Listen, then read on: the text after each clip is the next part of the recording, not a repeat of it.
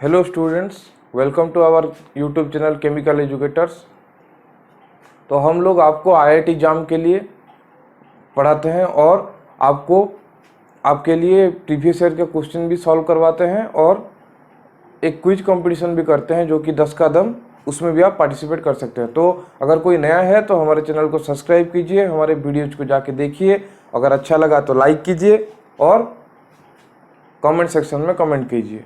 तो मैं आप लोगों को फिजिकल केमिस्ट्री पढ़ा रहा था और मैंने टॉपिक शुरू किया था केमिकल काइनेटिक्स। तो अभी तक हमने केमिकल काइनेटिक्स में पढ़े थे रिवर्सिबल रिएक्शन तक। अभी हम स्टार्ट करेंगे next topic parallel reaction. Next topic start करेंगे क्या? Parallel reaction. तो पैरेलल रिएक्शन क्या होता है? जो रिएक्शंस में एक मेजर प्रोडक्ट और माइनर प्रोडक्ट फॉर्म होता है उसको हम पैरेलल रिएक्शन बोलते हैं। मतलब एक रिएक्शन देखिए, अगर हम फिनोल का नाइट्रेशन करते हैं तो कितना टाइप का प्रोडक्ट आएगा? 2 टाइप का प्रोडक्ट आएगा। एक आएगा ऑर्थो प्रोडक्ट और एक आएगा पैरा प्रोडक्ट। ठीक है, इस टाइप का रिएक्शन होगा। तो ये जो दो फॉर्मेशन होगा, दोनों ही प्रोडक्ट साइमल्टेनियसली फॉर्म होगा, पर एक उसमें से ये मेजर रहेगा, ये माइनर रहेगा। तो एक मेजर रहेगा तो एक माइनर रहेगा। मतलब एक रिएक्टेंट से 2 प्रोडक्ट साइमल्टेनियसली फॉर्म हो रहे हैं, तो उस टाइप का रिएक्शन को हम क्या बोलेंगे? पैरेलल रिएक्शन बोलेंगे। ठीक है, तो उसको अगर हम लिखें, इसको अगर हम जनरली लिखें तो क्या लिख सकते हैं? इरेज करता हूं। क्या लिख सकते हैं कि हम अगर रिएक्टेंट ए है और वो बी भी फॉर्म कर रहा है और सी भी फॉर्म कर रहा है और इसका रेट कांस्टेंट को हम पकड़ लेते हैं के बी, इसका रेट कांस्टेंट को हम पकड़ सकते हैं क्या? के सी। अब नोटेशन जो भी दे सकते हैं, K1 K2 भी दे सकते हो, मैंने KB और KC दे दिया है। ठीक है, तो अगर KB रेट कांस्टेंट में वो B फॉर्म कर रहा है और KC में अगर C फॉर्म कर रहा है तो इसको हम क्या बोलेंगे? पैरेलल रिएक्शन बोलेंगे। और मैक्सिमम पैरेलल रिएक्शन में याद रखना कि ये जो फर्स्ट रिएक्शन है उसका जो ऑर्डर होता है वो ये सेकेंड रिएक्शन का भी ऑर्डर वो ही होता है। कोई कोई केस में दोनों रिएक्शन का ऑर्डर डिफरेंट हो सकता है, पर मैक्सिमम केस में दोनों रिएक्शन का ऑर्डर सेम होता है। ठीक है, तो इस टाइप का रिएक्शन हो गया। तो हम बोल सकते हैं अगर इनिशियली इसका कॉन्सेंट्रेशन A है तो इसका कितना होगा? 0 0। उसके बाद अगर T टाइम के बाद Y कॉन्सेंट्रेशन B फॉर्म हुआ और Z कॉन्सेंट्रेशन C फॉर्म हुआ, तो यहां से हम लिख सकते हैं A माइनस एक्स, मतलब A से X माइनस हो रहा है। तो हम यहां से क्या लिखेंगे? A इक्वल टू, मतलब initial concentration equal to concentration of A at T, और इसको ऐसे लिख सकते हैं A का initial concentration equal to AT plus B at time T plus C at time T। That implies हम लिख सकते हैं A equal to A minus X plus Y plus Z। ये एक एक्सप्रेशन होगा। उसके बाद अगर हम A और A को कैंसल आउट कर दें तो ये जो X अमाउंट डिडक्ट हुआ है वो क्या हो जाएगा? Y plus Z। समझ में आ रहा है? सिंपल बात है कि जितना प्रोडक्ट फॉर्म होगा उतना ही रिएक्टेंट से निकल जाएगा, उतना ही रिएक्टेंट से निकल जाएगा। ठीक है, तो यहां तक लिख लीजिए।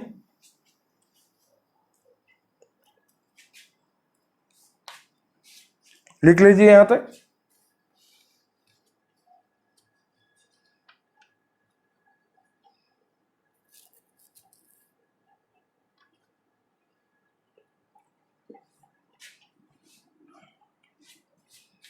उसके बाद देखिए क्या देखना है?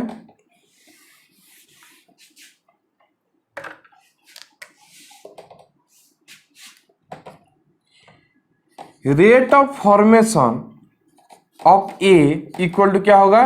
Rate of formation of B plus rate of formation of C। हाँ या ना? तो rate of formation of B को हम लिख सकते हैं minus DA by DT equal to क्या होगा? डी बी बाय, इसको फॉर्मेशन के हिसाब से हम नहीं लिखते, डिफॉर्मेशन लिख देते हैं। Rate of deformation of A equal to rate of formation of B plus rate of formation of C. तो हम लिख सकते हैं minus D A by D T equal to D B by D T plus D C by D T, ऐसे हम लिख सकते हैं। तो यहां से क्या आएगा, minus D A by D T, तो minus D by D T, A का कॉन्सेंट्रेशन कितना है, ए माइनस एक्स है, equal to D Y by D T plus D Z by D T, D Z by D T, हम ऐसे लिख सकते हैं। तो यहां तक लिख लीजिए, rate of deformation of A equal to rate of formation of B plus rate of formation of C, simple. उसके बाद उसका हमने लिख लिया है कि क्या होगा, ठीक है। तो उसके बाद क्या आएगा, देखिए इसको हम अगर डेरिवेटिव कर देंगे तो ये हो जाएगा D X by D T equal to D Y by D T plus D Z by D T. यहां तक समझ में आया, पूरा सिंपल है, यहां तक लिख लीजिए, इसको बॉक्स कर दीजिए।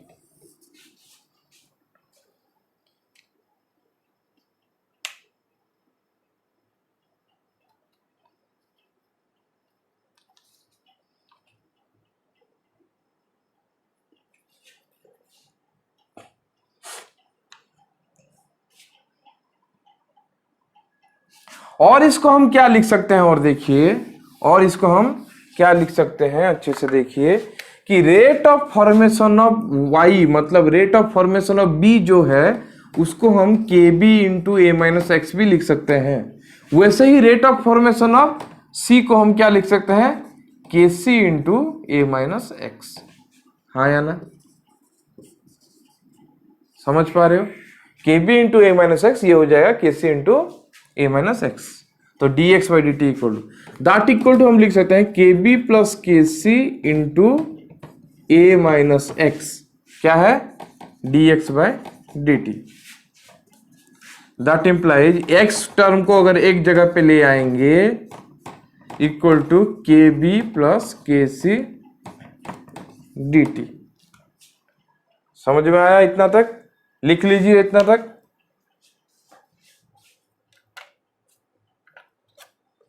बहुत ही इजी है, जैसे कर रहे थे फर्स्ट ऑर्डर के लिए वैसे ही हम कर रहे हैं, क्योंकि यहाँ पे फर्स्ट ऑर्डर है जो हमने एग्जाम्पल लिया है। अगर ऑर्डर चेंज होगा उसके हिसाब से ये भी चेंज होता रहेगा। जो ऑर्डर का है, अगर दो रिएक्शन मतलब जो पैरेलल रिएक्शन में दो रिएक्शन सेम हो गया तो उसके हिसाब से ही डेरिवेशन चलेगा। सेकेंड ऑर्डर होगा तो सेकेंड ऑर्डर के हिसाब से, थर्ड ऑर्डर होगा तो थर्ड ऑर्डर के हिसाब से, ठीक है। उसके बाद इसको हम इंटीग्रेट कर देंगे, क्या, D X by A minus X का हम इंटीग्रेशन कर देंगे 0 टू एक्स इक्वल टू क्या होगा, के बी प्लस के सी इंटू डी टी का इंटीग्रेशन 0 टू टी। तो इसका इंटीग्रेशन मैं डायरेक्ट कर दे रहा हूं क्योंकि ये हम बार बार करते आ रहे हैं। क्या हो जाएगा, ln A by A minus X equal to के बी प्लस के सी इंटू टी। ये हो जाएगा इंटीग्रेटेड रेट लॉ, ये हो जाएगा उसका इंटीग्रेटेड रेट लॉ।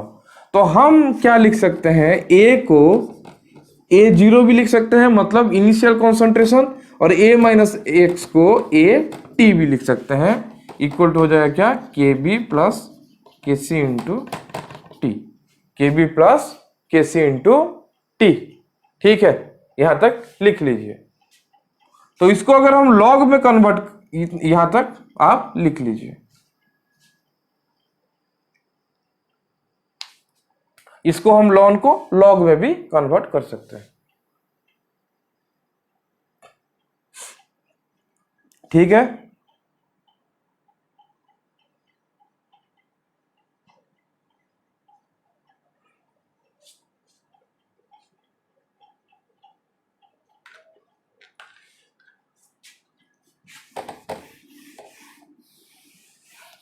तो हम उसको अगर लॉग में कन्वर्ट करेंगे तो क्या हो जाएगा, 2.303 log a by a minus X equal to के बी प्लस के सी इंटू टी हो जाएगा, अगर लॉग में कन्वर्ट कर लिए तो। ठीक है, और ग्राफ आप कर सकते हो जैसे करवाया था मैं, वैसे ही ग्राफ करना है। क्या क्या आप अपने हिसाब से ग्राफ कर सकते हो, जो आपको मन में आए कुछ भी कर सकते हो। जैसे फर्स्ट ऑर्डर का ग्राफ हुआ था ना, सिमिलर ग्राफ उसका भी हो जाएगा। ठीक, जैसे फर्स्ट ऑर्डर का ग्राफ आया था, सिमिलर ही पैरेलल रिएक्शन का ग्राफ आएगा। फिर भी एक बार मैं करवा भी देता हूं। ठीक है, ये हो गया लॉग के टर्म में, तो इसको हम लिख सकते हैं log A minus log A minus X equal to के बी प्लस के C by 2.303 T. That implies log A minus X equal to क्या होगा, लॉग ए माइनस के बी प्लस के सी बाय 2.303 टी। तो अगर हम log a minus X versus T का ग्राफ करेंगे तो कैसा होगा, नेगेटिव स्लोप पॉजिटिव इंटरसेप्ट, ये हो जाएगा log a, स्लोप हो जाएगा माइनस के बी प्लस के सी बाय 2.303, ये हो जाएगा स्लोप। ठीक है, लिख लीजिए, इतना लिख लीजिए इसको अच्छी तरह से।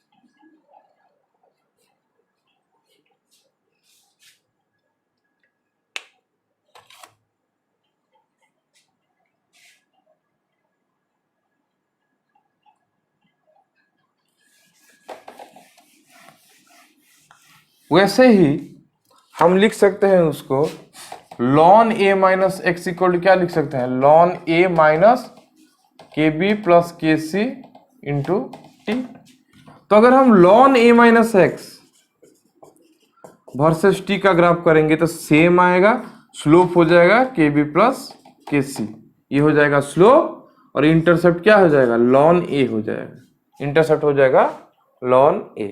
समझ में आया, बहुत इजी है।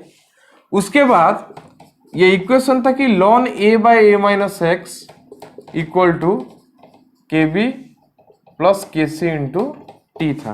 तो हम इसको ऐसा लिख सकते हैं ln A minus X by A equal to के बी माइनस के बी प्लस के सी इंटू टी, ऐसे लिख सकते हैं, हाँ या ना।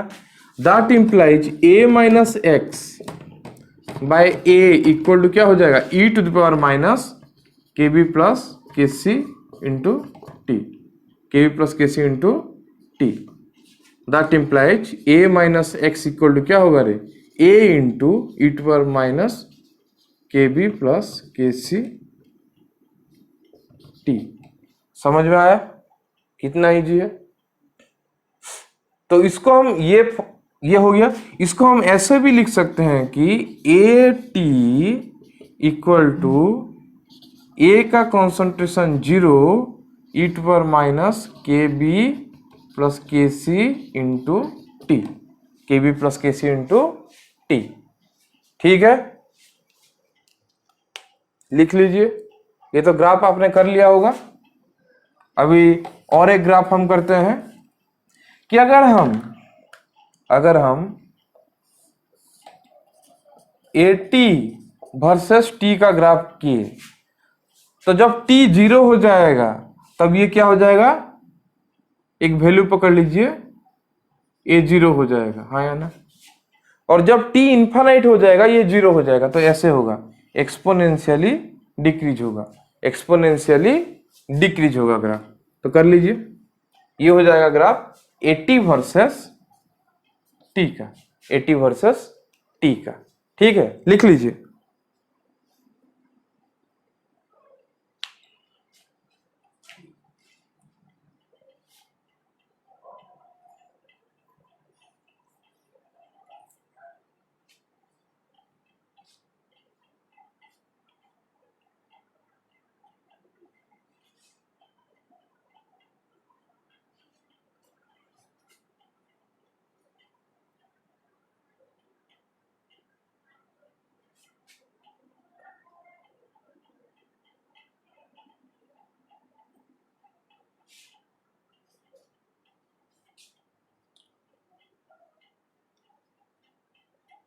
लिख लीजिए।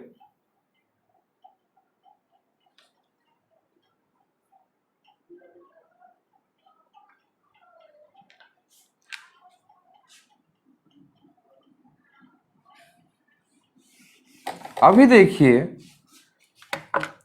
यहां से हम और एक एक्सप्रेशन लिख सकते हैं। x इक्वल टू क्या हो जाएगा, x उधर चला जाएगा, ये इधर आ जाएगा, equal to a minus A E to power minus के बी प्लस के सी इंटू टी। हाँ या ना, ये हो सकता है। That equal to a into 1 minus E to power minus के बी प्लस के सी इंटू टी। किसका वैल्यू, x का वैल्यू। तो हमें x का वैल्यू भी मिल गया जो हो जाएगा इतना। ये लिख लीजिए, ये भी इसके साथ लिख लीजिए एक्सप्रेशन। तो हमें AT का वैल्यू मिल गया है। अभी हमें क्या निकालना है, B का कॉन्सेंट्रेशन मतलब एट टाइम t क्या होगा, और C का कॉन्सेंट्रेशन एट टाइम t क्या होगा, हमें ये अभी निकालना है। तो इतना लिख लीजिए, उसके बाद हम आगे बढ़ते हैं।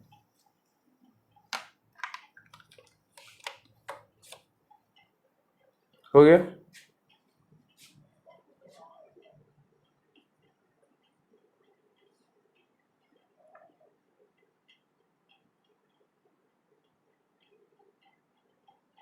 अभी आगे बढ़ते हैं।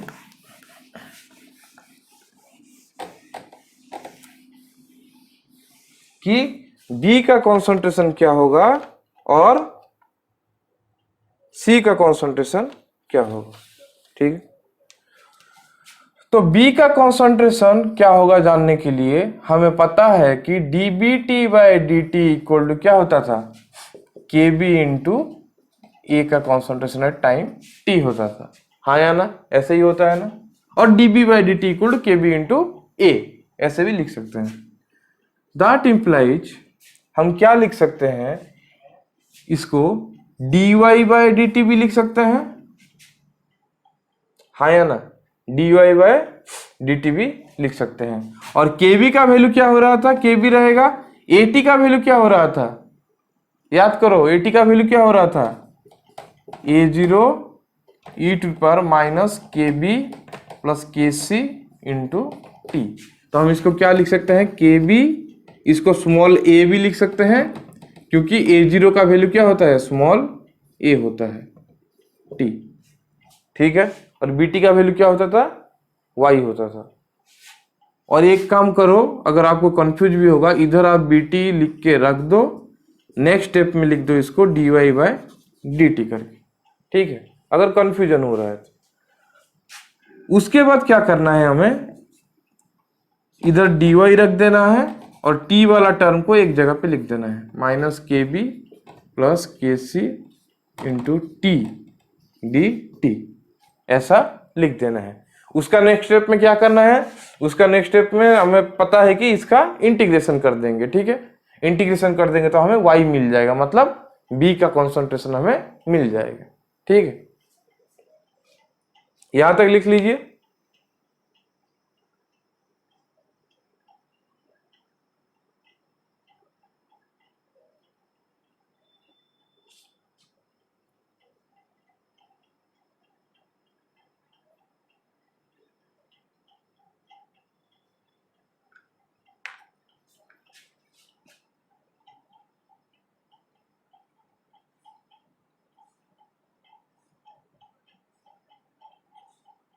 हो गया।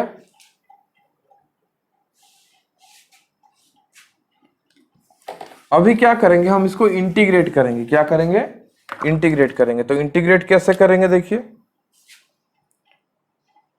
Integration dy equal to kb into A E to power minus kb plus kc t, ये तो कांस्टेंट है, इंटीग्रेशन dt, क्योंकि kb a हमारा कांस्टेंट है।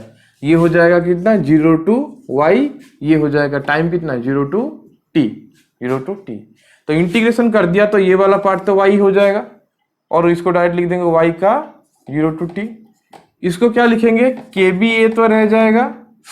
तो एक देखिए, अगर हम इंटीग्रेशन करते हैं e to the power minus a x d t का, तो इसका इंटीग्रेशन होता है e to the power minus a x divided by minus a. समझ में आया? ये होता है उसका इंटीग्रेशन। तो इधर हो जाएगा क्या, e टू पावर माइनस के बी प्लस के सी टी डिवाइडेड बाय क्या हो जाएगा, माइनस के बी प्लस के सी। ऐसा हो जाएगा 0 टू टी, 0 टू, ये 0 to Y, sorry 0 to Y है ये हो जाएगा 0 टू टी। समझ में आया? अभी ये क्या हो जाएगा, that implies y minus 0 equal to, minus को बाहर ले आएंगे, नहीं तो माइनस वहां पे रहने देते हैं, ये हो जाएगा K B A minus E to power minus के बी प्लस के सी टी डिवाइडेड बाय के बी प्लस के सी, माइनस माइनस उसके बाद प्लस टी का वैल्यू 0 पुट हो जाएगा, तो ये ऊपर वाला पार्ट क्या हो जाएगा, 1 आ जाएगा, 1 बाय के बी प्लस के सी, 1 बाय के बी प्लस के सी। ठीक है, ये हो गया, लिख लीजिए इधर तक। उसको हम लिख सकते हैं y इक्वल टू के बी प्लस के सी, बाहर ले आएंगे तो के बी डिवाइडेड बाय के बी प्लस के सी into a 1 minus E to the power minus के बी प्लस के सी इंटू टी। हाँ या ना, ऐसा हो जाएगा या नहीं? यही है हमारा बी का कॉन्सेंट्रेशन, यही है हमारा बी का कॉन्सेंट्रेशन, ये है हमारा बी का कॉन्सेंट्रेशन। क्या कर दिया, के बी प्लस के सी को बाहर ले आया ऐसे, तो ये हो गया हमारा बी का कॉन्सेंट्रेशन। यहां तक लिख लीजिए।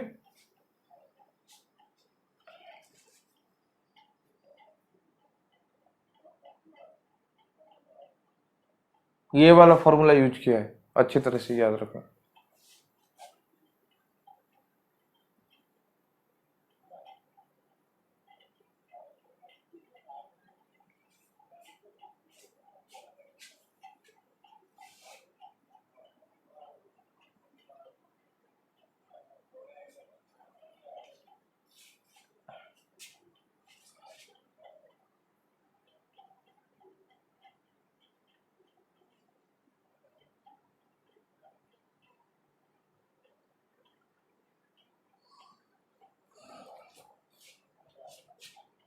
इरेज कर रहा हूं।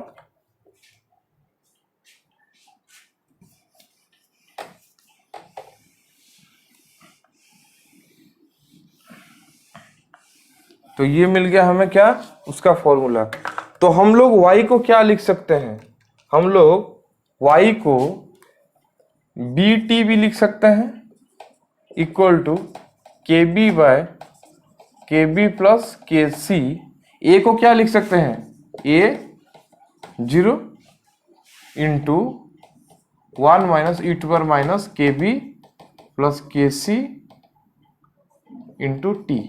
तो देखिए क्या हो रहा है, अगर हमें बी का चाहिए, अगर हमें बी का कॉन्सेंट्रेशन चाहिए, तो एक चीज याद रखिए, ऊपर के बी रहेगा, ऊपर के बी ही रहेगा, नीचे क्या रहेगा, दोनों का सम रहेगा। मतलब के बी और के सी का जो फ्रैक्शन है, कितना फ्रैक्शन है के बी का, उसका मतलब यही है ना। तो के बी बाय के बी प्लस के सी हो जाएगा, और ए 0 तो रहेगा ही, और अंदर का टर्म क्या हो जाएगा, 1 minus E to power minus के बी प्लस के सी इंटू टी।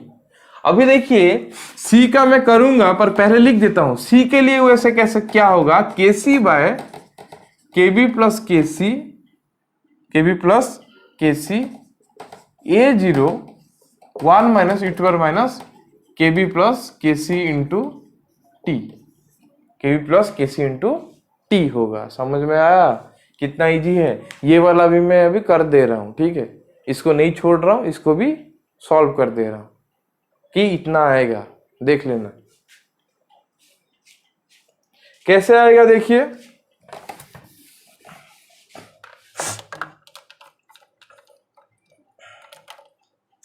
कैसे आएगा, हमारा डी सी बाय डी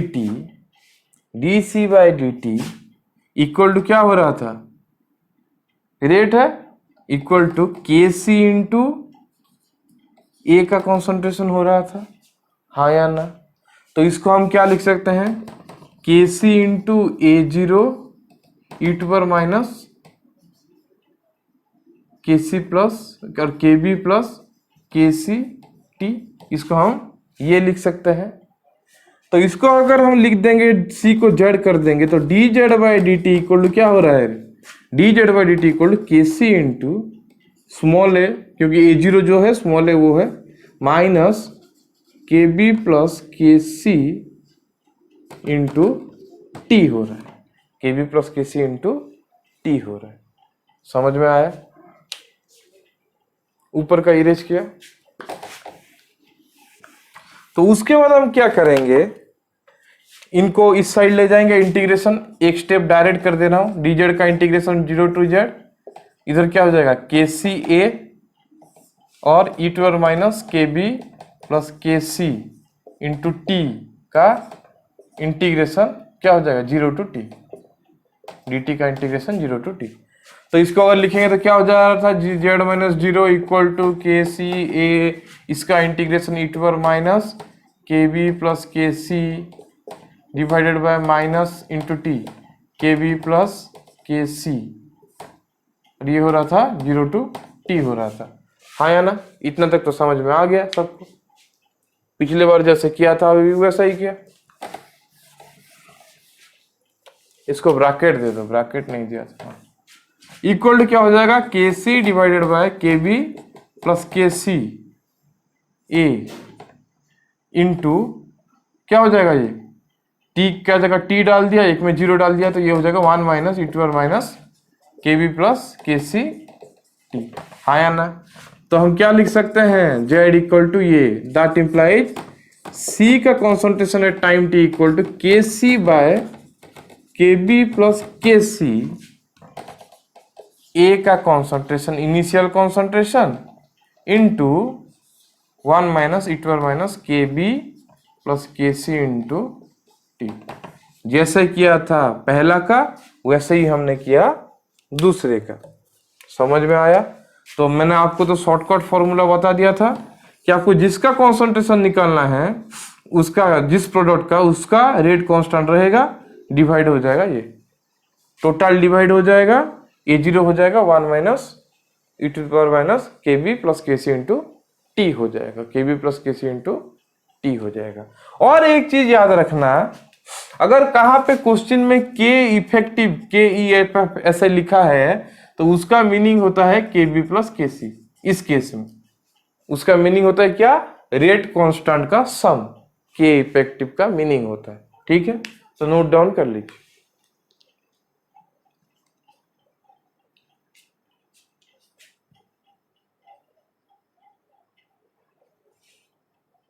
कर लिए नोट डाउन?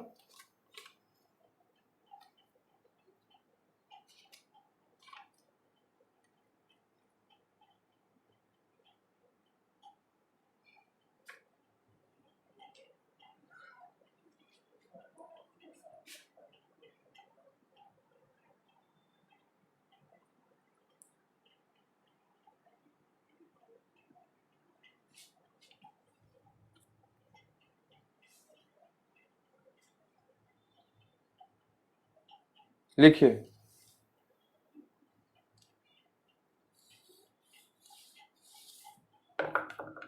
ठीक है, और एक चीज आपको बोल दे रहा हूं, कंफ्यूज मत होना कि पैरेलल रिएक्शन को साइड रिएक्शन भी बोलते हैं। पैरेलल रिएक्शन का और एक नाम साइड रिएक्शन भी है। अगर कोई क्वेश्चन में पैरेलल रिएक्शन के जगह पे साइड रिएक्शन भी दिया होगा, उसका मीनिंग आप पकड़ना कि पैरेलल रिएक्शन को ही बोला है। ठीक है, अभी देखिए,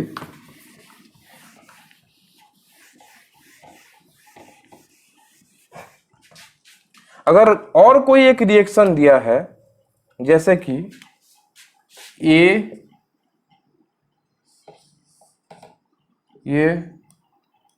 बी सी डी ई इस टाइप का दिया है, इसका रेट कांस्टेंट दे दिया है के बी, इसका के सी, इसका के डी और इसका के ई। तो मुझे पूछा है कि ए का कॉन्सेंट्रेशन क्या होगा, मुझे पूछा है ए का कॉन्सेंट्रेशन क्या होगा, और पूछा है बी का कॉन्सेंट्रेशन क्या होगा, डी का कॉन्सेंट्रेशन क्या होगा और ई का कॉन्सेंट्रेशन क्या होगा, कोई एक टाइम टी पे, कोई एक टाइम टी पे मुझे ये पूछा है कि इन सब का कॉन्सेंट्रेशन क्या होगा।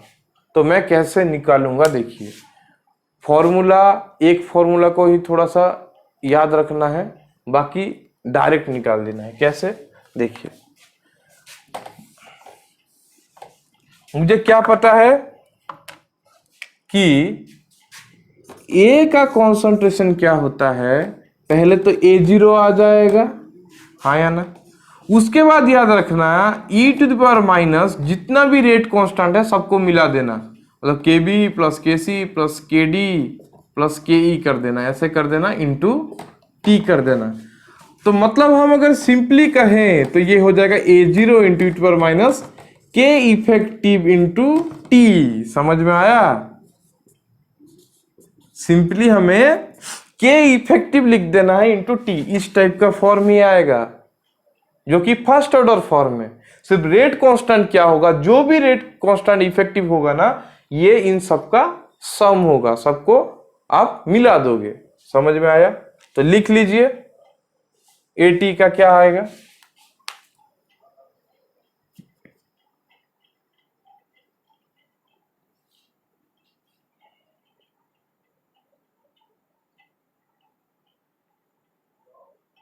ठीक है। नेक्स्ट लिखते हैं हम बी का कॉन्सेंट्रेशन क्या आएगा। देखिए बी का कॉन्सेंट्रेशन BT वो कैसे आएगा, याद करो क्या बोला था, पहले लिख देना है रेट कांस्टेंट बी का, उसके बाद नीचे सबको ऐड कर देना है, KD प्लस KE सबको ऐड कर दिया, इंटू क्या हो रहा था 1 minus e⁻, KB plus KC plus KD plus KE into T, into क्या हो रहा था T, ये T है, ये को क्या है T है, T है। समझ में आया? वैसे हुआ, मतलब ये हो गया इंटू A का concentration A0 into KB divided by KB plus KC KD KE into A का कॉन्सेंट्रेशन, ये हो गया, ठीक है। हम इसको क्या लिख सकते हैं, KB divided by K effective into A0 का concentration 1 minus e⁻, K effective into T, K effective into T। तो हम सिंपली BT का ये लिख सकते हैं, मतलब जो उसका रेट कांस्टेंट होगा वो ऊपर रहेगा, नीचे टोटल रहेगा, और यहां पे तो टोटल ही रहेगा, ठीक है।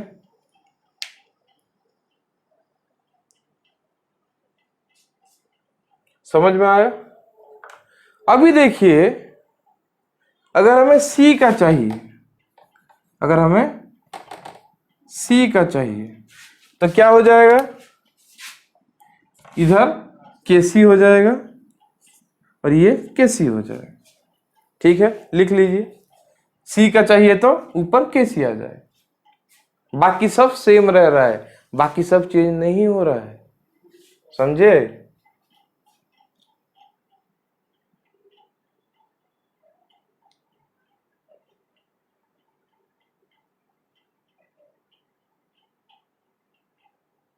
लिख लीजिए। अभी देखिए अगर हमें D चाहिए तो ये क्या हो जाएगा D, ये हो जाएगा KD, D मतलब ये क्या हो जाएगा KD, हो गया। कितना सिंपल है, लिख लीजिए।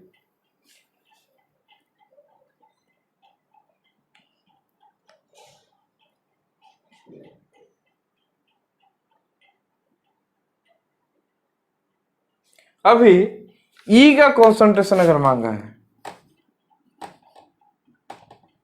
अगर E का कॉन्सेंट्रेशन मांगा है तो ये ऊपर आ जाएगा के ई, ये हो जाएगा के ई। लिख लीजिए इतना, ठीक है। कितना इजी है, देखा आपने कितना इजी है इसको लिखना। ये ई लिख लीजिए।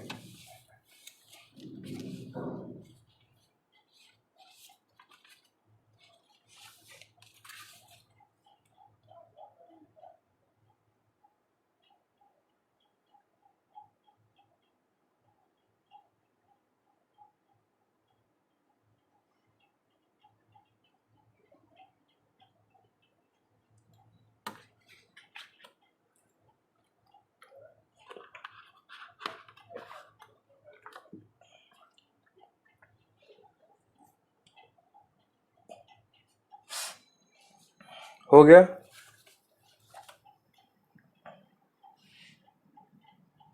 लिख लिया?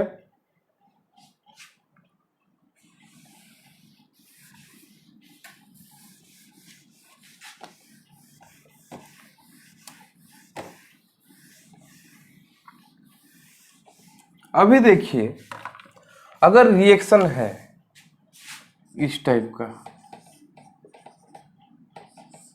सी, मैंने बोला था क्या कि इनका ऑर्डर सेम रहेगा, मतलब ये दोनों रिएक्शन जो हो रहा है दोनों का ऑर्डर सेम है।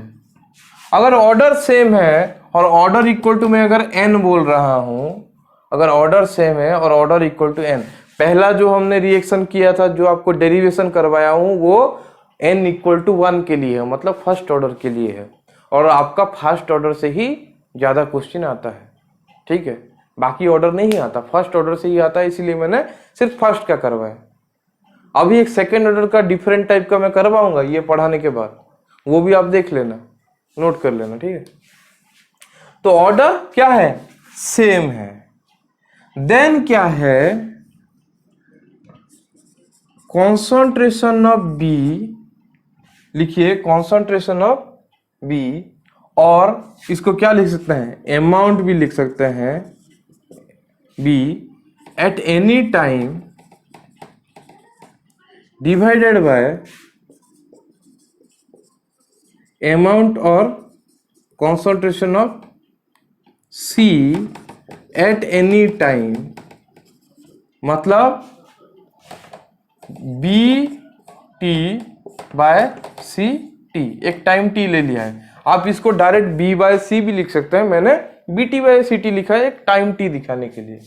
इक्वल टू क्या होगा, इक्वल टू क्या होगा, rate of formation of B divided by rate of formation of C. Simple बात है कि जितना पहले तो जीरो है दोनों का कॉन्सेंट्रेशन, तो जितना बी फॉर्म होगा और जितना बी फॉर्म होगा वो उसके रेट से कंपेरेबल होगा, और जितना सी फॉर्म होगा वो भी उसका रेट ऑफ फॉर्मेशन से कंपेरेबल होगा। तो इन दोनों का रेशियो जो है उनका अमाउंट का रेशियो भी वही है। इक्वल टू क्या होता है, इक्वल टू देखिए क्या हो रहा है, इक्वल टू हो रहा है हमारा क्या, rate of formation of B क्या है, के बी इंटू ए का कॉन्सेंट्रेशन 80 डिवाइडेड बाय के सी इंटू 80, हाँ या ना, ये हो रहा है। तो 80 कैंसल आउट हो गया, तो ये क्या हो गया, के बी बाय के सी, ये हो गया क्या, के बी बाय के सी। समझ में आया? तो हम क्या बोल सकते हैं फाइनली कि B का कॉन्सेंट्रेशन एट टाइम t और C का कॉन्सेंट्रेशन एट टाइम t क्या होगा, उनका रेट कांस्टेंट का रेशियो के साथ सेम होगा, उनका रेट कांस्टेंट का रेशियो के साथ सेम होगा, ठीक है। ये कब होगा, ये तब होगा जब order of side reactions orders of side reactions are कौन, क्या, same, orders of side reactions are same. मतलब ए टू बी का जो ऑर्डर होगा रिएक्शन होने में, बी टू जब सी बनेगा उसका ऑर्डर अगर सेम होगा तो ये वाला क्या होगा, कंडीशन अप्लाई होगा। तो इसको लिख लीजिए।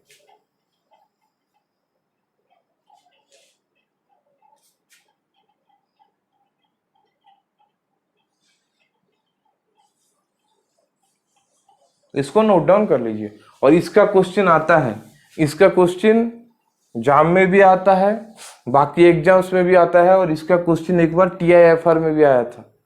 ठीक है, तो इसको अच्छे से नोट डाउन कर लीजिए, लिख लीजिए।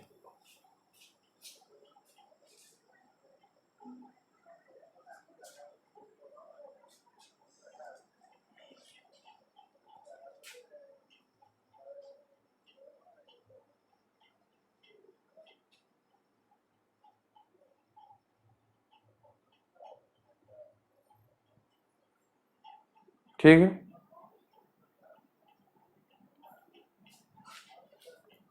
हो गया। तो और एक चीज देखिए, और एक चीज देखिए कि हमने बोला था, क्या बोला था कि रेट कांस्टेंट किसके ऊपर डिपेंड करता है, रेट कांस्टेंट किसके ऊपर डिपेंड करता है, रिएक्शन के ऊपर डिपेंड करता है कि रिएक्शन टाइप क्या है, ना कि वो टाइम के ऊपर कभी भी रेट कांस्टेंट डिपेंड नहीं करता।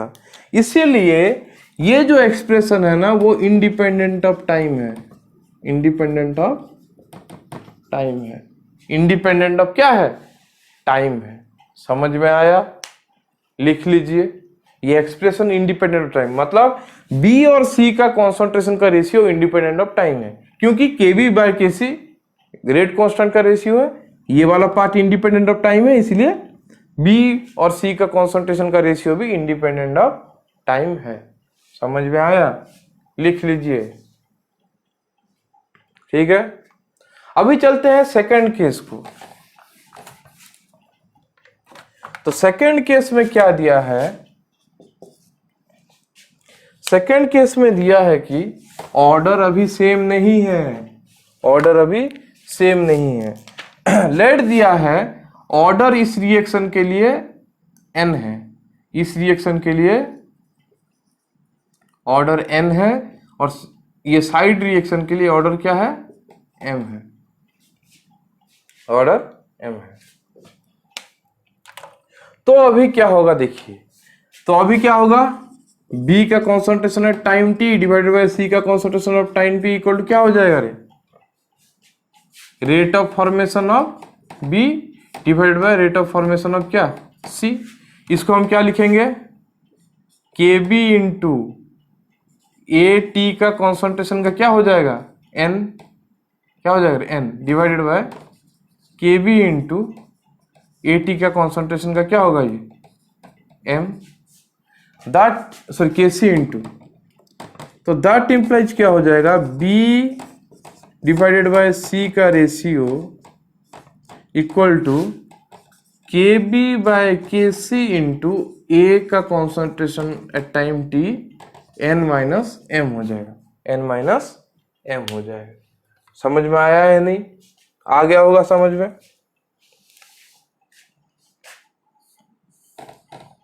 ये हो जाएगा उसका एक्सप्रेशन। तो देखिए पिछले वाला जो हमने किया था केस, ये वाला टर्म नहीं था, पर इस टर्म में देखिए AT जो है ना हमारा वो क्या है, डिपेंडेंट है किसके ऊपर, टाइम के ऊपर। तो हमारा जो B डिवाइडेड बाय C है जो रेशियो है वो भी होगा क्या, टाइम डिपेंडेंट, वो भी टाइम के ऊपर डिपेंडेंट होगा। समझ में आया।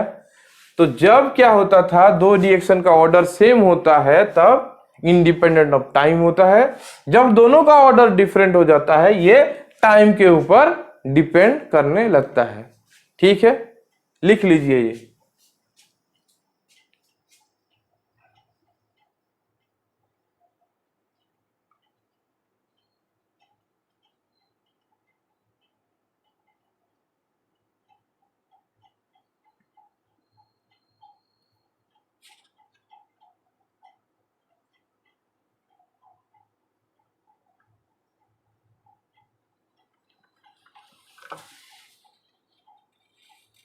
लिख लीजिए।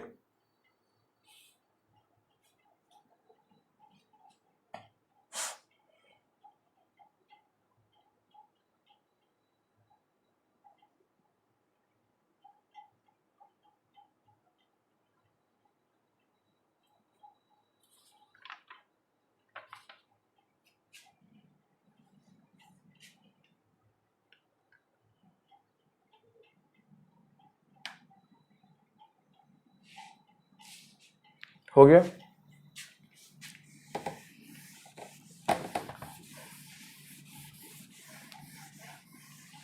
अभी एक क्वेश्चन दिया है कि ए सी, इसका रेट कांस्टेंट दिया है K1, इसका K2, K1 इसका K2, और दिया है कि इनिशियल कॉन्सेंट्रेशन इसका A है, इसका A है, और इसका ये फाइनल A माइनस एक्स है। फाइनल इसका क्या है? A माइनस एक्स है। ठीक है। Then find dB by dx and dC by dx। ठीक है। तो ये ऐसा दिया है और बोला है कि dB by dx क्या है और dC by dx क्या है, फाइंड करो। मतलब change of B with respect to x, और change of C with respect to x मांगा है। ठीक है, वो मांगा है। ठीक है। तो x मतलब जितना प्रोडक्ट फॉर्म हो रहा है, x मतलब क्या है? B प्लस C का कॉन्सेंट्रेशन। x मतलब क्या है? B प्लस C का कॉन्सेंट्रेशन एट टाइम t। लिख सकते हैं, नहीं भी लिख सकते हैं।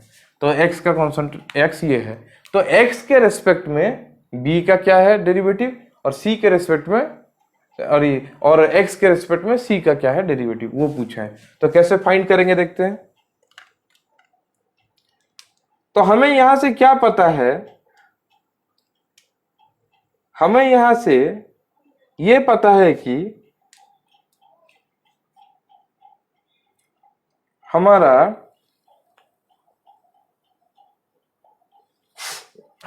dx by dt equal to क्या होता है, और dA by dt equal to क्या हो रहा था, minus dB by dt plus dC by dt हो रहा था। तो यहां से हमें क्या मिल गया? इसको a माइनस एक्स पुट कर दे, डायरेक्ट लिख दे रहा हूं। dx by dt equal to हो रहा था dB by dt मतलब क्या, K1 a माइनस एक्स, ये हो रहा था K2 a माइनस एक्स। तो क्या हो रहा था ये K1 plus K2 a minus x. इसको लिख देते हैं इक्वेशन 1। इसको दे दिया हमने इक्वेशन 1। ठीक है, समझ में आया? उसके बाद देखिए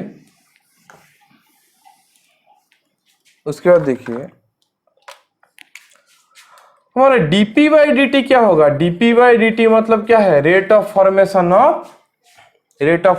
of sorry, dB by dt क्या होगा? Rate of formation of B, वो हो जाएगा K1 into a minus X. हाँ या ना?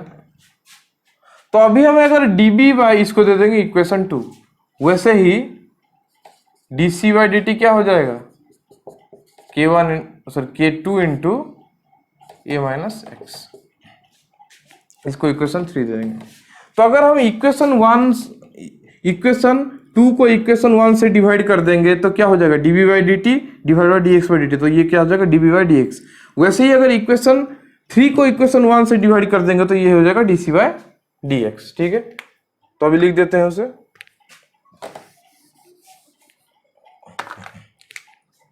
क्या हो गया? यहां तक समझ में आया?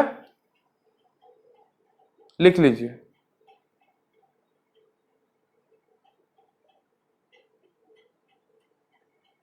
ठीक है, अभी देखिए इक्वेशन 2 डिवाइडेड बाय इक्वेशन 1, तो क्या हो जाएगा? ये dB by dx equal to हो जाएगा K1 a minus X divided by k1 plus k2 a minus X, हाँ या ना, कैंसल आउट हो गया, इक्वल टू हो गया ये 1/1 प्लस k2 बाय k1 हो गया। ये हो गया हमारा dv बाय dx का फॉर्मूला। समझ में आया? डायरेक्ट लिख दिया मैं, तो इसको तुम डायरेक्ट ना लिख के ऐसे लिख दो, कंफ्यूज हो जाएगा। k1 bye k1 plus k2, उसके बाद ऊपर से नीचे से दोनों में से k1 डिवाइड कर दोगे तो 1/1 प्लस k2 बाय k1 हो जाएगा। ठीक है, वैसे अगर इक्वेशन 3 को डिवाइड करोगे 1 से तो क्या होगा देखिए। अगर इक्वेशन 3 को डिवाइड करोगे 1 से तो क्या हो जाएगा, dc by dt equal to k2 a minus X divided by k1 plus k2 a minus X, cancel out हो गया k2 divided by k1 plus k2, हाँ या ना। उसके बाद k2 को अगर डिवाइड कर दोगे तो क्या हो जाएगा,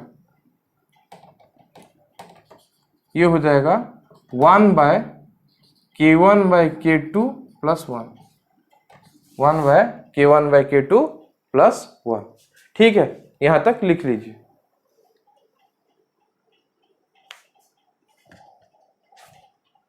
लिख लिया यहां तक? लिख लेंगे तो हम आगे बढ़ेंगे।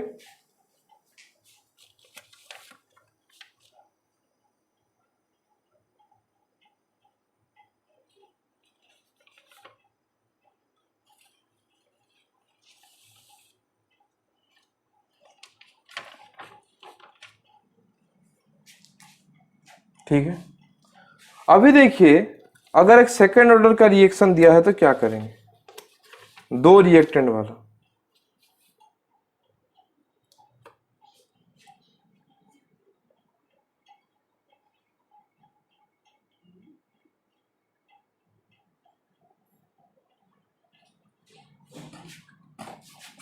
इरेज कर दिया।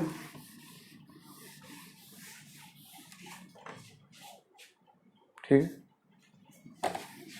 अगर एक रिएक्शन हमें दिया है कि a प्लस बी हो रहा है, c एक हो रहा है d, इसका k1 इसका k2, और इसका अगर हमें इंटीग्रेटेड रेट लॉ निकालने के लिए बोला है तो हम क्या कर सकते हैं, ठीक है। तो पहले देखिए इनिशियली अगर ये a है ये b है तो ये क्या होगा, 0, ये 0। वैसे उसके बाद हम क्या करेंगे, इसको अगर हम a माइनस एक्स कर देंगे, इसको b माइनस एक्स कर देंगे तो ये पकड़ लीजिए हो रहा है हमारा y, ये हो रहा है z, ये हो रहा है z। यहां तक लिख लीजिए, तो रेट ऑफ रिएक्शन क्या होगा, रे मतलब rate of deformation of, either आप a लिख सकते हो, यहां पे मैंने a लिखा है, आप इसको b भी लिख सकते हो, और b का भी लिख सकते हो। मैंने a का लिखा है, आप b का भी लिखोगे तो वही आएगा, कोई गलत नहीं आएगा। इक्वल टू होगा rate of formation of c plus rate of formation of क्या, d। तो हम इसको क्या लिखेंगे, minus D a minus X by D T equal to क्या हो जाएगा, ये रेट ऑफ फॉर्मेशन मतलब k1 a minus X B minus X plus k2 a minus X B minus X. तो इसको हम क्या लिखेंगे, dx by D T equal to क्या हो जाएगा, k1 plus k2 a minus X B minus X, a minus X B minus X.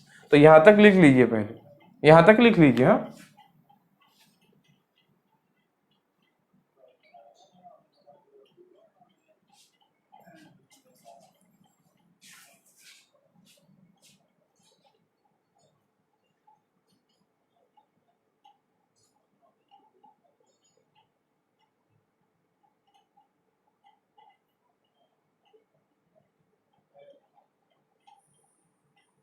लिख लिया होगा, ऊपर से इरेज कर रहा हूं।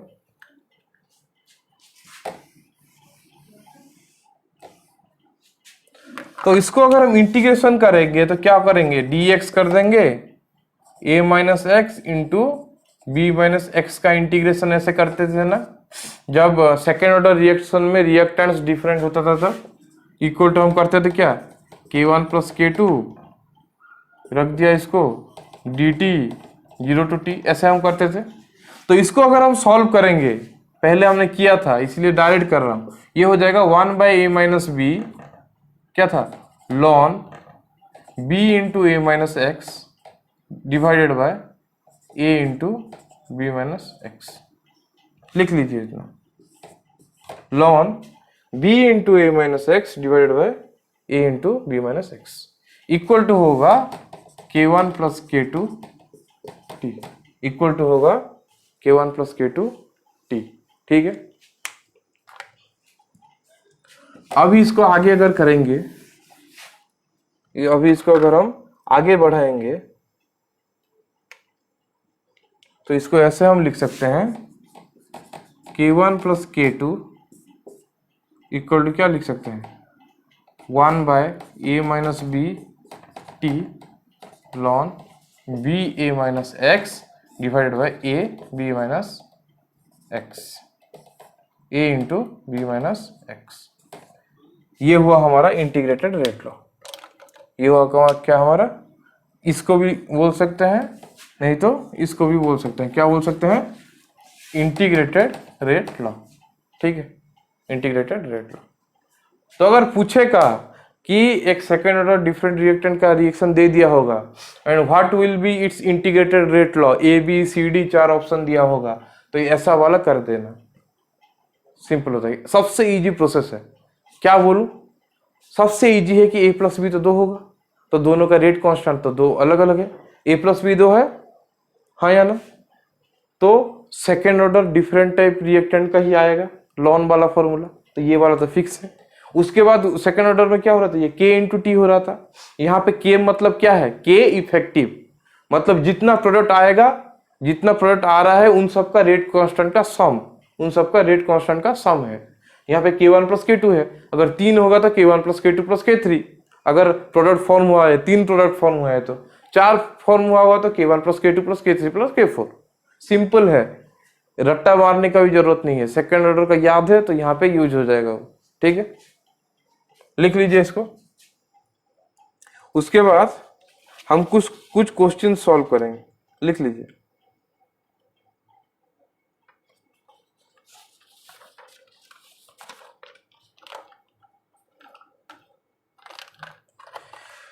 इसके बाद कुछ क्वेश्चन सॉल्व करते हैं जो पैरेलल रिएक्शन के बेस करके आ सकता है। जो जो टाइप का क्वेश्चन आ सकता है मैं सब करवा दूंगा। और एक चीज आपको बोलना था, क्वेश्चन सेशन 1 और 2 तो हमने कर दिया था काइनेटिक्स का, तो आपका रेस्पॉन्स भी बहुत अच्छा आया। तो क्या है, अभी मैं बहुत सारा क्वेश्चंस करवा दे रहा हूँ।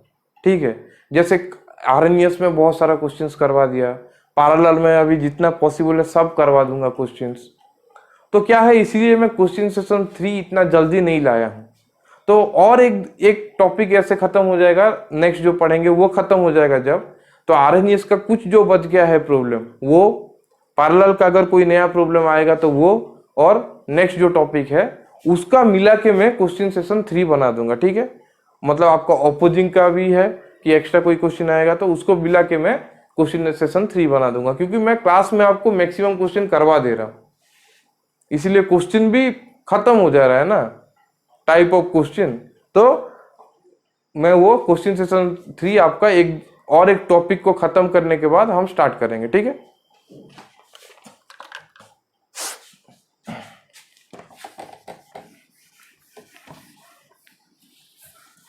उसके बाद हम आते हैं क्वेश्चन सॉल्व में। ठीक है, तो क्वेश्चन दिया है, लिखिए,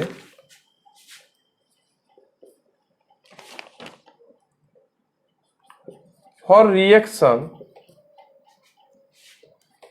ए गैस K1 दिया है, K1 का वैल्यू दिया है 2 इंटू 10⁻³ सेकेंड इनवर्स, ये K2 दिया है 1 इंटू 10⁻³ 1 इंटू 10⁻³ सेकेंड इनवर्स। ठीक है, तो ये बना रहा है 2B, ये बना रहा है C गैस। ठीक है, दिया है कि the rate of appearance of B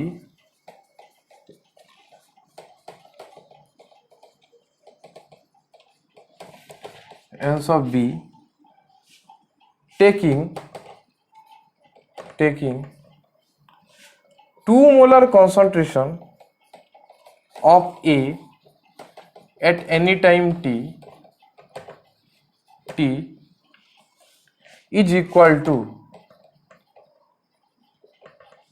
A option दिया है 2 into 10⁻³ second inverse, B option दिया है 4 into 10⁻³ second inverse, C option दिया है 8 into -3 second inverse, D option दिया है 9।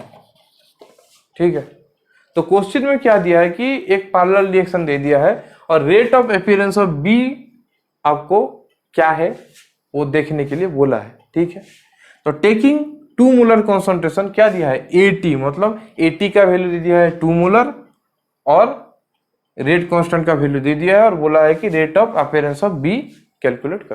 ठीक है, क्वेश्चन लिख लीजिए, उसके बाद हम सॉल्यूशन शुरू करते हैं।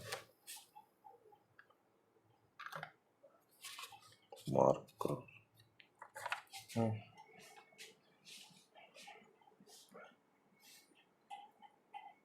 लिख लीजिए क्वेश्चन।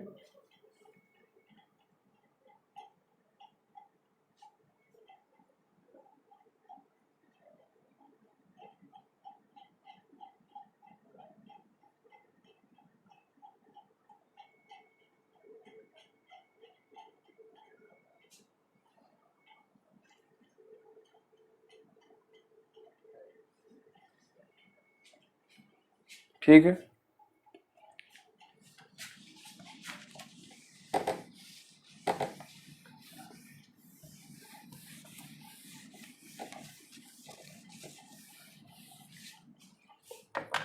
तो सॉल्यूशन में क्या दिया है, सॉल्यूशन जब करेंगे गिवन है हमारा K1 का वैल्यू है 2 इंटू 10⁻³ सेकेंड इनवर्स, K2 का वैल्यू दिया है 1 इंटू 10⁻³ सेकेंड इनवर्स।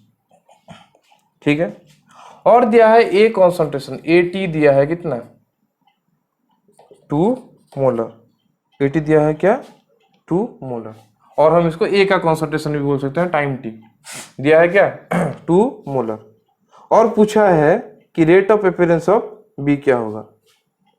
तो rate of appearance of B मतलब क्या होता है, dB/dt कितना होगा हमें पूछा है, rate of appearance of B.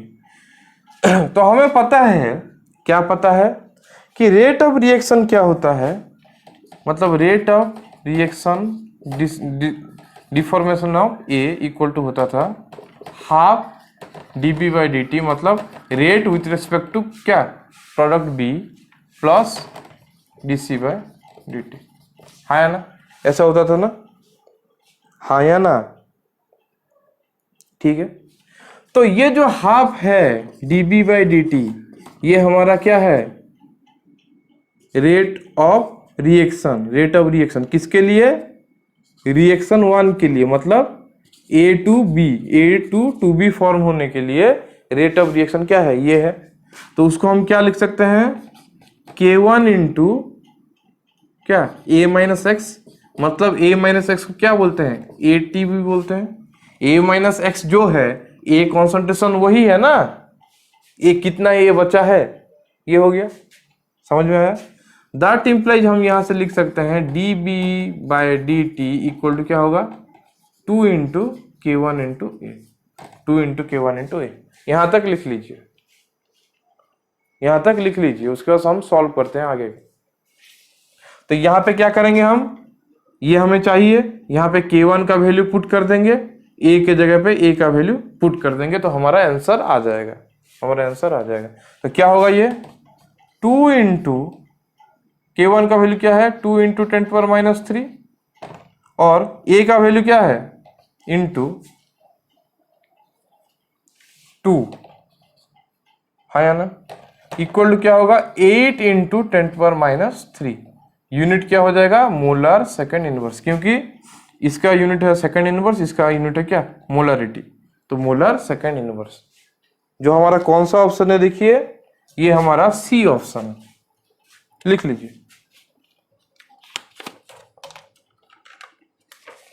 ये हमारा कौन सा ऑप्शन है?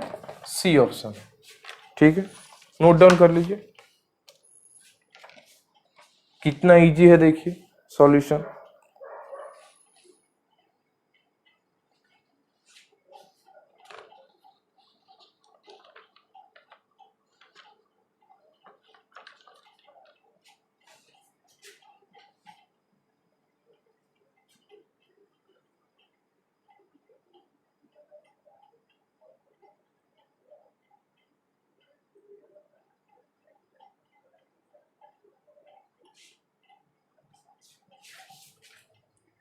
इरेज कर रहा हूं।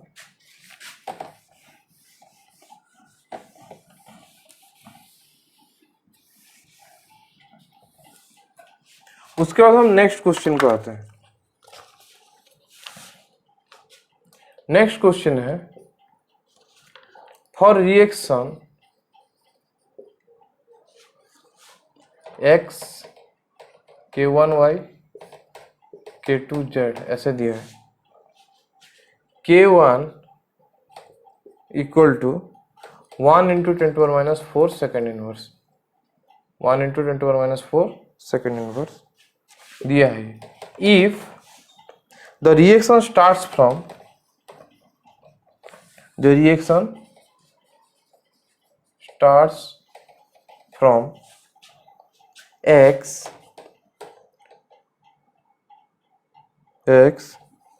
the ratio of concentration of y and z at any given time during the course of reaction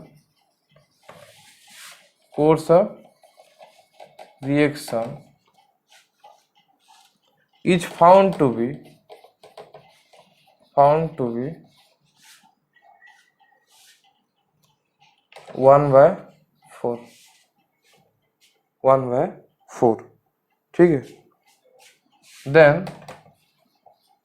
the value of k2 each, question the value of k2 each।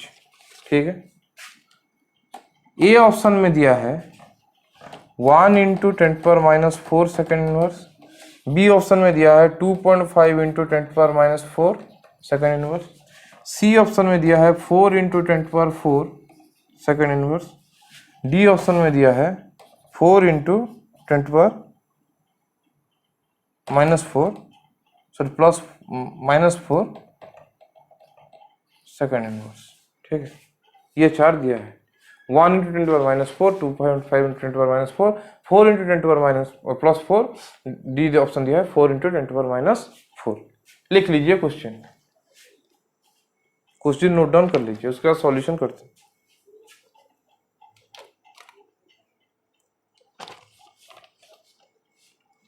ठीक है,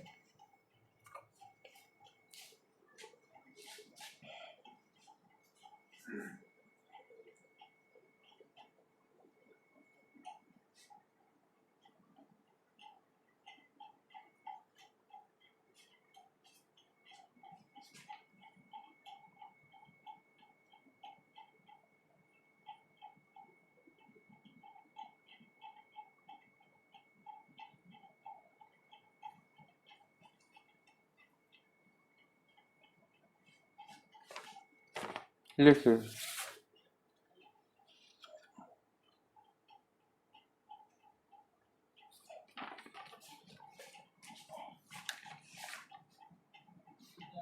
इरेज कर रहा हूं।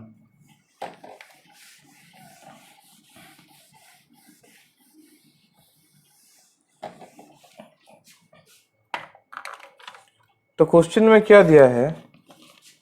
Question में हमें k1 का value दिया है कितना? 1 इंटू 10⁻⁴ सेकेंड इनवर्स, आया ना? और y और z का कॉन्सेंट्रेशन दिया है, कॉन्सेंट्रेशन का रेशियो दिया है 1/4।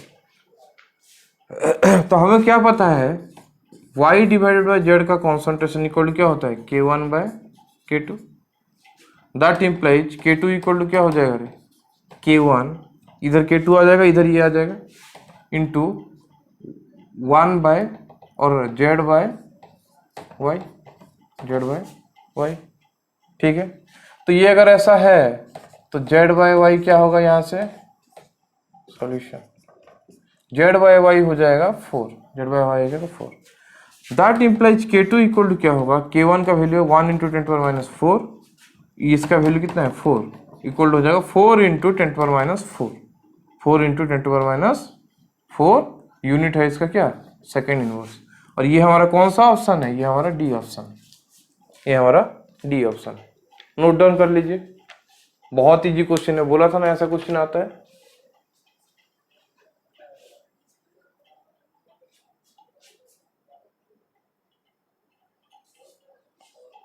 नोट डाउन कर लीजिए।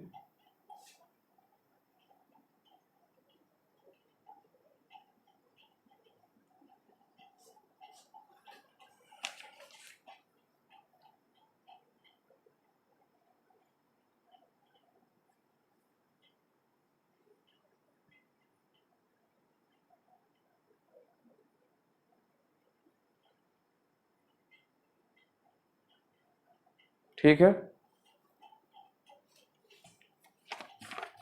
तो अभी इरेज करता हूं।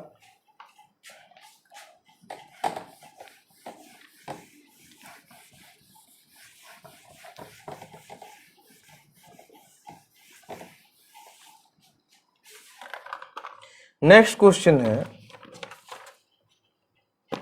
नेक्स्ट जो क्वेश्चन है वो है ए gaseous compounds reacts by 3 independent first order process।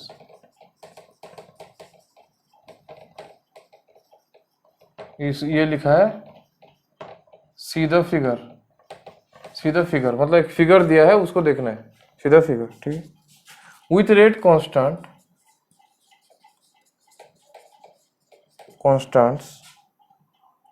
constants 2 into 10 power minus 3, 3 into 10 power minus 3 and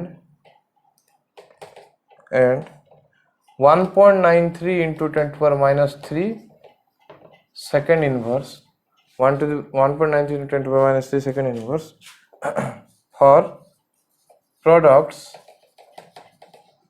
B, C and D respectively, ठीक है। if initially pure A was taken in a closed container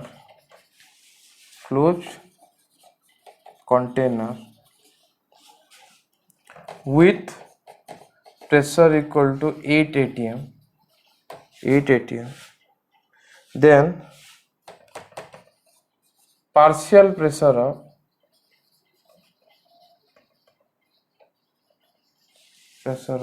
with partial pressure 8 atm, partial pressure of B in atm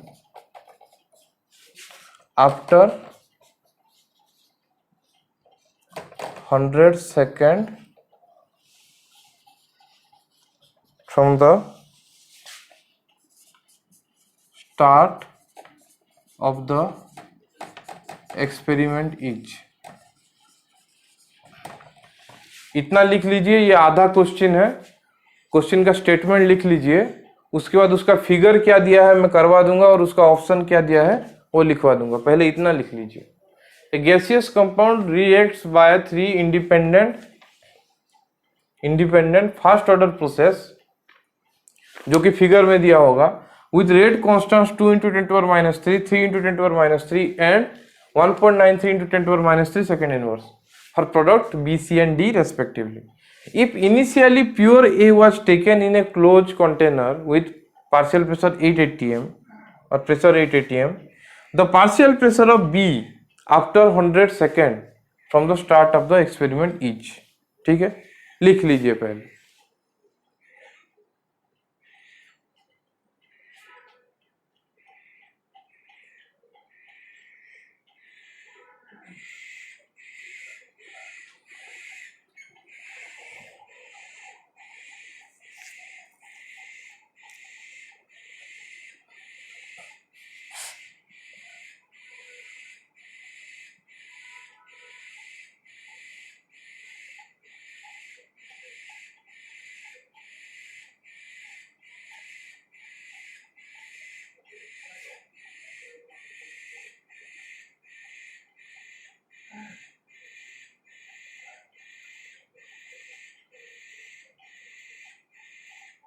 ठीक है, लिख लिया होगा।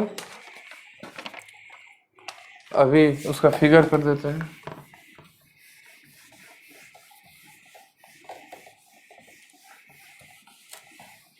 उसका figure दिया है क्वेश्चन में कि ए गैस K1 में बी गैस बनाया, K2 में सी गैस बनाया और K3 में डी गैस बनाया। ये फिगर दिया है और ऑप्शन दिया है 0.288, 0.577 ATM में, 0.154 और फोर्थ वाला दिया है नॉन। फोर्थ वाला दिया है नॉन। ठीक है, तो ऑप्शन भी लिख लीजिए, उसके बाद मैं सॉल्यूशन शुरू करूंगा। ठीक है,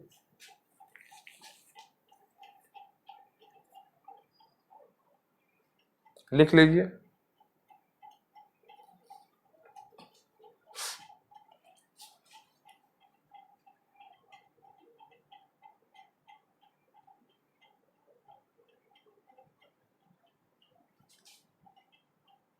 लिख लिया होगा। अभी सॉल्यूशन शुरू करते हैं। सॉल्यूशन में देखिए,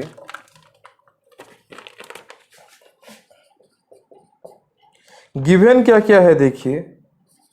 गिवन है K1 इक्वल टू दिया है 2 into 10⁻³ second inverse, K2 equal to दिया है 3 इंटू 10⁻³ सेकेंड इनवर्स और K3 इक्वल टू दिया है 1.93 इंटू 10⁻³ सेकेंड इनवर्स। ये गिवन है। और दिया है ए का इनिशियल कॉन्सेंट्रेशन दे दिया है क्या, 8 ATM और टी दिया है 100 सेकेंड। तो अभी हम कैसे सॉल्व करेंगे। बी का कॉन्सेंट्रेशन एट टाइम टी क्या हो रहा था, K1, ये मांगा है बी का कॉन्सेंट्रेशन ना, K1 divided by K1 plus K2 plus K3 है ना, into A0 1 minus E to power minus K1 plus K2 plus K3 T, ये था। अभी सबका वैल्यू पुट कर देते तो क्या हो जाएगा, 2 into 10⁻³ divided by 2 into 10⁻³ plus 3 into 10⁻³ plus 1.93 into 10⁻³, इतना हो गया ये। इंटू A0 का वैल्यू है 8 इंटू क्या है 1 minus E to power minus 2 into 10⁻³ plus 3 into 10⁻³ plus 1.97 into 10⁻³ और उसमें मल्टीप्लाई कितना हुआ है, मल्टीप्लाई हुआ है 100 टाइम मल्टीप्लाई हुआ है, उसमें 100 मल्टीप्लाई हुआ है। ये इसका पार्ट है। रुको 1 मिनट, माइनस ये है उसका पार्ट। इसको सॉल्व कर देते हैं। तो सॉल्व करने से इसका वैल्यू कितना आ रहा है देखिए।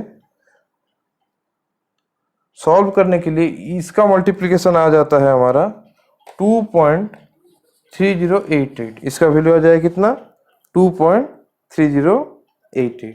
इसको अगर हम सॉल्व कर देंगे, ठीक है, into 1 minus E to power इतने का वैल्यू आता है 0.4999, ऐसा आएगा 0.4999।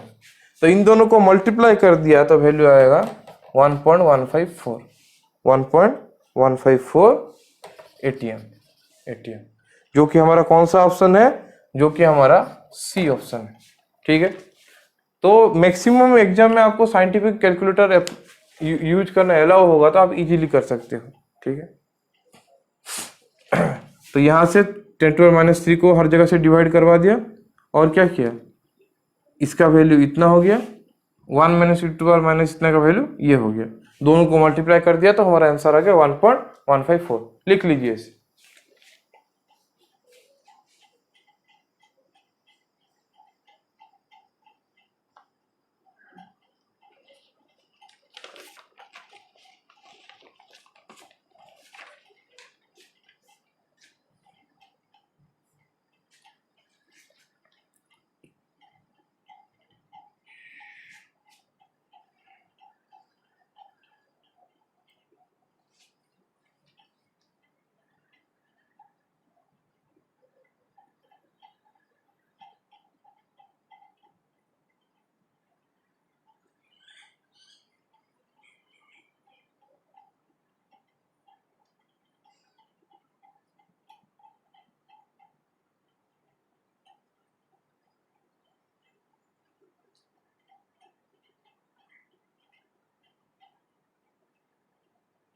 लिख लिया। अभी नेक्स्ट क्वेश्चन जाते हैं, जो हमारा आज का लास्ट क्वेश्चन होगा। जितना भी टाइप का पैरेलल रिएक्शन में क्वेश्चन आ रहा है मैं करवा दे रहा हूं, ठीक है, तो इसको अच्छे से प्रैक्टिस करना है। अच्छे से अगर प्रैक्टिस करोगे तो पैरेलल रिएक्शन का जिंदगी में कभी भी गलत नहीं होगा। ठीक है, नेक्स्ट क्वेश्चन क्या दिया है, क्वेश्चन दिया है A gives rise to B, K1 लिखा है, A gives rise to C, K2 लिखा है। उसके बाद बोला है B जब C को जाएगा तब हो जाएगा ये C, और C जब B को आएगा ये हो जाएगा K4 दिया है। और लिखा है कि if K1 and K2 100 times lower than K3 and K4, then P by C concentration each A option में दिया है, K3 by K4, B option में दिया है K4 by K3, C option में दिया है K2 by K3 divided by K1 by K4, और D ऑप्शन में दिया है K1 by K2। ठीक है,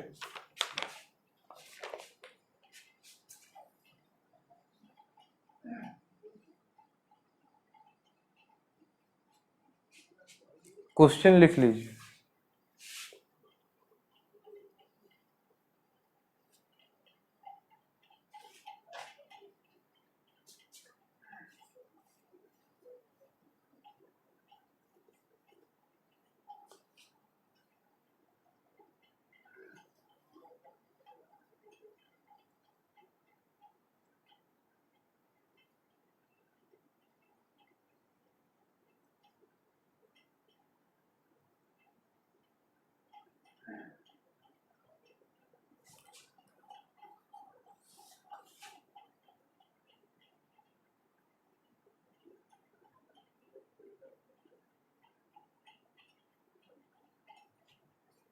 क्वेश्चन लिख लिया, उसके बाद उसका सॉल्यूशन करते हैं। बहुत इजी सॉल्यूशन है।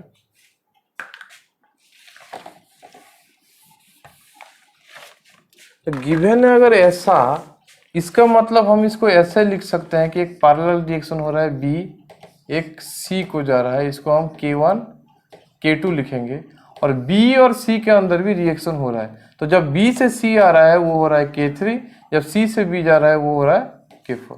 इस टाइप का हो रहा है। ठीक है, और गिवन क्या है, और गिवन है कि K1 and K2 very very less than K4 K3। 100 times less बोला है, मतलब K1 and K2 very very less than है K4 एंड K3। ठीक है, तो हमें पता है क्या कि B का कॉन्सेंट्रेशन बाय C का कॉन्सेंट्रेशन क्या होता है हमारा, K1 बाय K2 होता है। ठीक है, वैसे ही इस केस में अगर देखेंगे तो B का और C का कॉन्सेंट्रेशन क्या होगा, K3 होगा। इसका इक्विलिब्रियम कांस्टेंट, किसका इक्विलिब्रियम कांस्टेंट, इस रिएक्शन का, सॉरी एक मिनट थोड़ा करेक्ट कर देते हैं, इतना समझ में आया। उसके बाद देखिए इस रिएक्शन का इक्विलिब्रियम कांस्टेंट क्या होगा, सी का कॉन्सेंट्रेशन बाय बी का कॉन्सेंट्रेशन, है ना। अगर बी रिएक्टेंट है और सी प्रोडक्ट है तो प्रोडक्ट का कॉन्सेंट्रेशन बाय रिएक्टेंट का कॉन्सेंट्रेशन। ठीक है, इक्वल टू हम क्या लिख सकते हैं, इक्वल टू हम लिख सकते हैं क्या, K3 बाय K4 भी लिख सकते हैं, क्योंकि rate of forward reaction K3 divided by rate of backward reaction K4 वही इक्विलिब्रियम कांस्टेंट होता है। तो दैट इंप्लाई यहां से मिल गया कि B का बाय C का कॉन्सेंट्रेशन क्या होता है, K4 बाय K3। यहां तक समझ में आया, ये होना चाहिए और इक्विलिब्रियम कांस्टेंट के हिसाब से ये हो रहा है। तो अभी देखना है कि इन दोनों एक्सप्रेशन में से डोमिनेंट एक्सप्रेशन कौन है, और दोनों को हम मिला के बोलेंगे जब नियरली सब सेम फेम होता है तब थोड़ा कॉम्प्लेक्स हो जाएगा। पर यहाँ पे आइदर K1 बाय K2 को डोमिनेंट दिया होगा, नहीं तो K3 और K4 को डोमिनेंट दिया होगा। तो देखिए K4 एंड K3 1000 टाइम्स क्या है, बड़े हैं। K4 एंड K3 100 टाइम्स बड़े हैं किससे, K1 और K2 से। इसीलिए ये वाला एक्सप्रेशन क्या होगा, ये वाला एक्सप्रेशन ही डोमिनेंट होगा। अगर K1 और K2 बड़े होते, K1 और K2 क्या है, K3 और K4 से 100 टाइम्स छोटे हैं, इसीलिए ये वाला डोमिनेंट होगा। अगर K1 और K2 very very greater than होते तो ये वाला एक्सप्रेशन क्या होता, डोमिनेंट होता। पर यहाँ पे ये वाला नहीं होगा, यहाँ पे ये वाला क्या होगा, डोमिनेंट होगा। रीजन क्या है, K4 K3 very very greater than क्या, K1 K2 है। ठीक है, तो ये हो जाएगा हमारा आंसर।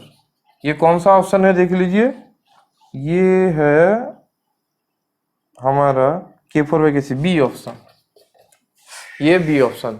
और ये क्वेश्चन का कहाँ पे आया था, TIFR में आया था।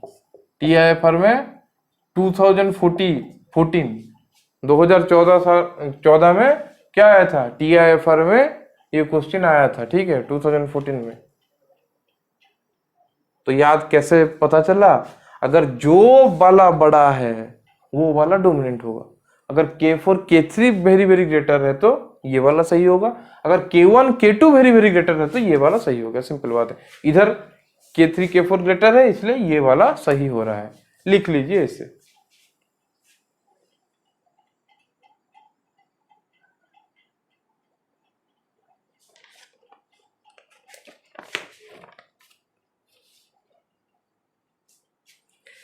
ठीक है, तो आज हम इतना ही पढ़ते हैं पैरेलल रिएक्शन तक।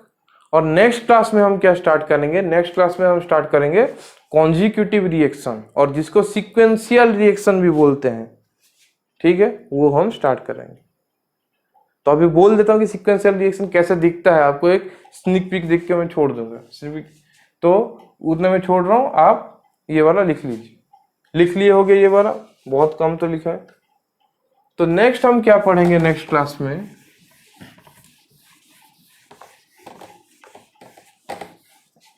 नेक्स्ट क्लास में हम पढ़ेंगे सीक्वेंशियल रिएक्शन और क्या था, कॉन्जिक्यूटिव रिएक्शन। मतलब क्या होता है, अगर कोई रिएक्शन ऐसे सीक्वेंस में हो रहा है, मतलब ए जा रहा है बी को, बी जा रहा है सी, ऐसे डी, ऐसे कॉन्जिक्यूटिव चल रहा है, एक के बाद एक, एक के बाद एक, ऐसे रिएक्शन होकर चल रहा है, इसको ही बोलते हैं क्या, सीक्वेंशियल रिएक्शन और कॉन्जिक्यूटिव रिएक्शन। तो इसके बारे में हम पढ़ेंगे। और इसका जब हम पढ़ेंगे, इसका एनालिसिस डिपेंड करता है कि कौन सा स्टेप स्लो होगा, कौन सा फास्ट होगा, या कौन सा वेरी स्लो होगा, उसके ऊपर वो डिपेंड करता है। ठीक है, तो वो पढ़ेंगे। तो नेक्स्ट क्लास में ये वाला टॉपिक हम स्टार्ट करेंगे। ये भी एक इम्पोर्टेंट टॉपिक है, यहाँ से भी क्वेश्चंस आते हैं, पैरेलल से भी क्वेश्चंस आते हैं, यहाँ से भी ज़्यादा क्वेश्चंस आते हैं, इसीलिए हम ये सेपरेट क्लास में पढ़ेंगे आराम से। तो आज का वीडियो यहाँ पे ही समाप्त हुआ। आपको अगर वीडियो अच्छा लगा तो लाइक जरूर कीजिए, और हमारे चैनल को अगर नए हो, सब्सक्राइब नहीं किए तो सब्सक्राइब जरूर कीजिए। और अगर आपको हमारा चैनल का कंटेंट अच्छा लग रहा है तो अपने दोस्तों को भी बोलिए कि आके हमारे चैनल को चेक कर सकते हैं, हमारे वीडियोस देख सकते हैं। तो दोस्तों के साथ भी हमारे चैनल को आप शेयर कर कीजिए। और हमें कमेंट सेक्शन में अगर आपका कोई लेक्चर हो या किसी में कोई डाउट है कोई वीडियोज में, तो आप कमेंट सेक्शन में हमें क्वेश्चंस भी भेज सकते हैं। और आप अगर चाहें तो क्या कर सकते हैं, अगर आप चाहें तो हमें कुछ सजेशन भी दे सकते हैं, जैसे हम चैनल को थोड़ा डेवलप करेंगे। ठीक है, और आप जरूर पार्टिसिपेट कीजिए हमारा 10 कदम क्विज में। हम कुछ गिफ्ट्स रखते हैं बच्चे के लिए। वीक में 5 टाइम्स क्विज होता है, जो मैक्सिमम नंबर ऑफ टाइम्स जीतता है उसको हम विनर मानते हैं। तो 10 कदम पे भी आप लोग पार्टिसिपेट कीजिए। डीयू का प्रीवियस ईयर का पेपर चल रहा है, उसको जरूर चेक कीजिए। जो थर्ड ईयर वाले बच्चे हैं उनके लिए तो इम्पोर्टेंट है, क्योंकि डीयू एग्जाम आगे आने वाला है। पर जो सेकेंड ईयर है, जो जो टॉपिक वो लोग पढ़ लिए होंगे ना, उसको भी आप ट्राई कीजिए कि उसका अगर कोई क्वेश्चन आ रहा है तो आप जैसे सॉल्व कर देंगे। क्योंकि लास्ट मोमेंट में पढ़ाई करने से अच्छा है अभी से आप शुरू कर देंगे अगर सॉल्यूशन करना प्रीवियस ईयर क्वेश्चन का। क्योंकि डीयू, एससीयू, बीएचयू ये सब एग्जाम में क्वेश्चन रिपीट होता है। रिपीट मतलब नॉर्मल नहीं बोल रहा हूँ, 4, 5, 6, 7, 10 क्वेश्चन भी रिपीट हो सकता है। समझ पा रहे हो? मैक्सिमम मतलब मिनिमम हो जाता है 2-3 क्वेश्चन तो रिपीट होता ही है। इसीलिए अच्छे से प्रीवियस ईयर पेपर अगर करेंगे तो आपको मार्क्स अच्छे आएंगे। और क्वेश्चन सेशन भी चल रहा है, उसको भी आप देख सकते हो। और आपका जो बीएचयू का प्रीवियस ईयर पेपर वो भी बहुत जल्दी स्टार्ट होने वाला है, तो उसको भी जरूर देखना। तो कोविड का टाइम है, पढ़ाई कीजिए, घर पे रहिए। हम लोग आपके लिए हर वक्त नया वीडियो लाते रहेंगे, आप लोग उसको पढ़ते रहिए, आराम से अपना नॉलेज गेन करते रहिए आप। और घर बाहर मत निकलिए, अच्छे से पढ़ाई कीजिए, आगे एंट्रेंस है, फ्रस्ट्रेटेड मत होइए, प्रैक्टिस कीजिए, बहुत सब ठीक होगा। तो मैं यहाँ पे मेरा क्लास ख़त्म करता हूँ। बाय, गुड बाय और टेक केयर।